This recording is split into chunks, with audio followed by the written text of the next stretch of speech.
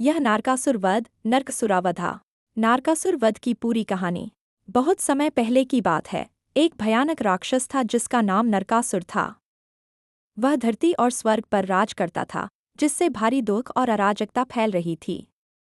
उसकी शक्ति इतनी बढ़ गई थी कि वह सभी प्राणियों के लिए खतरा बन गया था। नरकासुर का जन्म और वंश।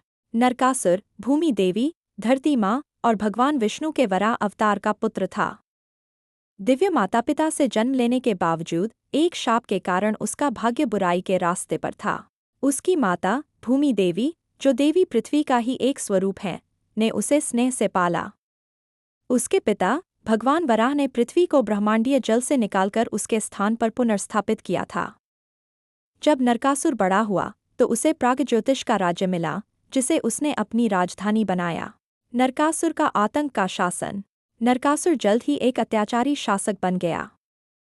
उसने घोर तपस्या की और भगवान ब्रह्मा को प्रसन्न किया, जिनसे उसे एक शक्तिशाली वरदान मिला।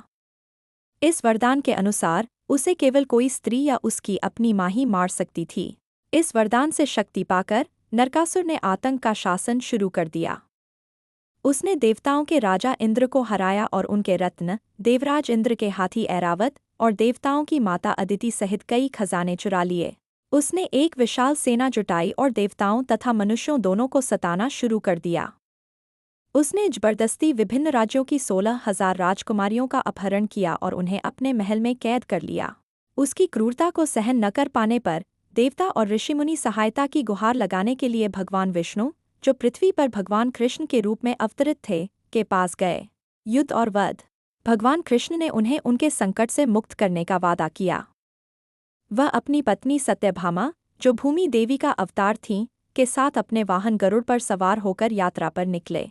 कृष्ण ने नरकासुर को चुनौती दी और दोनों के बीच एक भयंकर युद्ध छिड़ गया। नरकासुर ने, जब उसे लगा कि वह हार रहा है, अपना विशेष हथियार शक्तिअस्त्र चलाया, जिसने कृष्ण को मारा और वे क्षण भर के लिए मूर्छित हो गए। उसी क्षण सत्यभामा ने अपने असली स्वरूप भूमि देवी और नरकासुर को मिले वरदान को याद करते हुए कृष्ण का धनुष बाण उठा लिया।